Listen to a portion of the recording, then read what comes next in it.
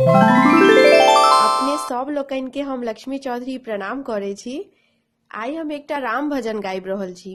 गीत नीक लागत तऽ गीत के अधिक से अधिक शेयर करब और अपने सब गोटे कमेंट में लिख सकै छी जे अहाँ सब गोटे के केहन तरह गीत चाही।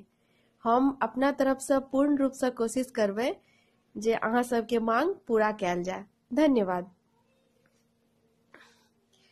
हमरा राम सन दुलरुआ के बन में के ये भेजल गे माई। हमरा राम सन दुलरुआ के बन में के भेजल गे माई।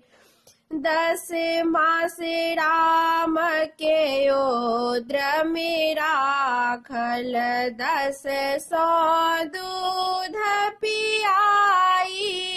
10 मास राम के ओद्र में राखल 10 सौ दूध पियाई। राज काज हमें सब किछु तागल। राज काज हमें सब किछु त्यागल। राम के गोद खेलाई ललन कोना बन जेथिन हे।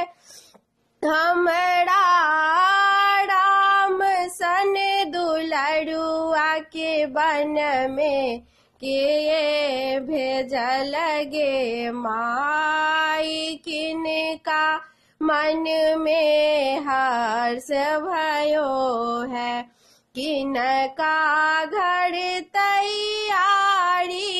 किनका मन में हर्ष भयो है, किनका घर तैयारी।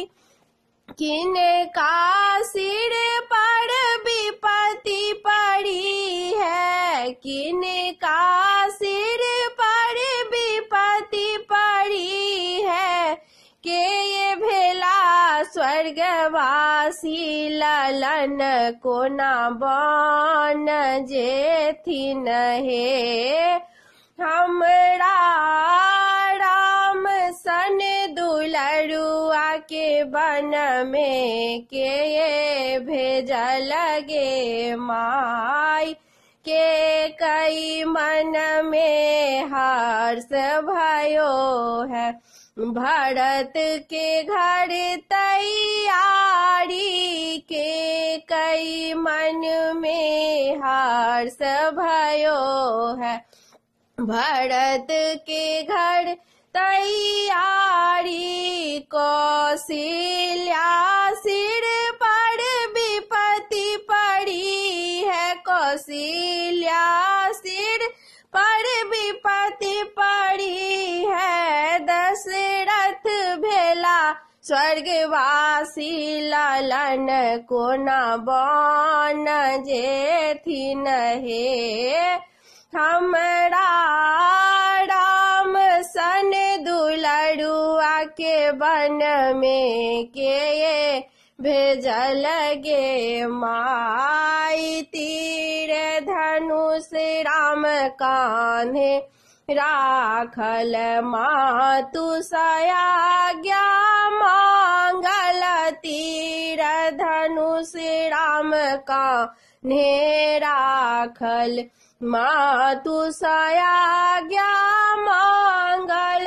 दीजे मातु अब आशीष अपना, दीजे मातु अब आशीष अपना।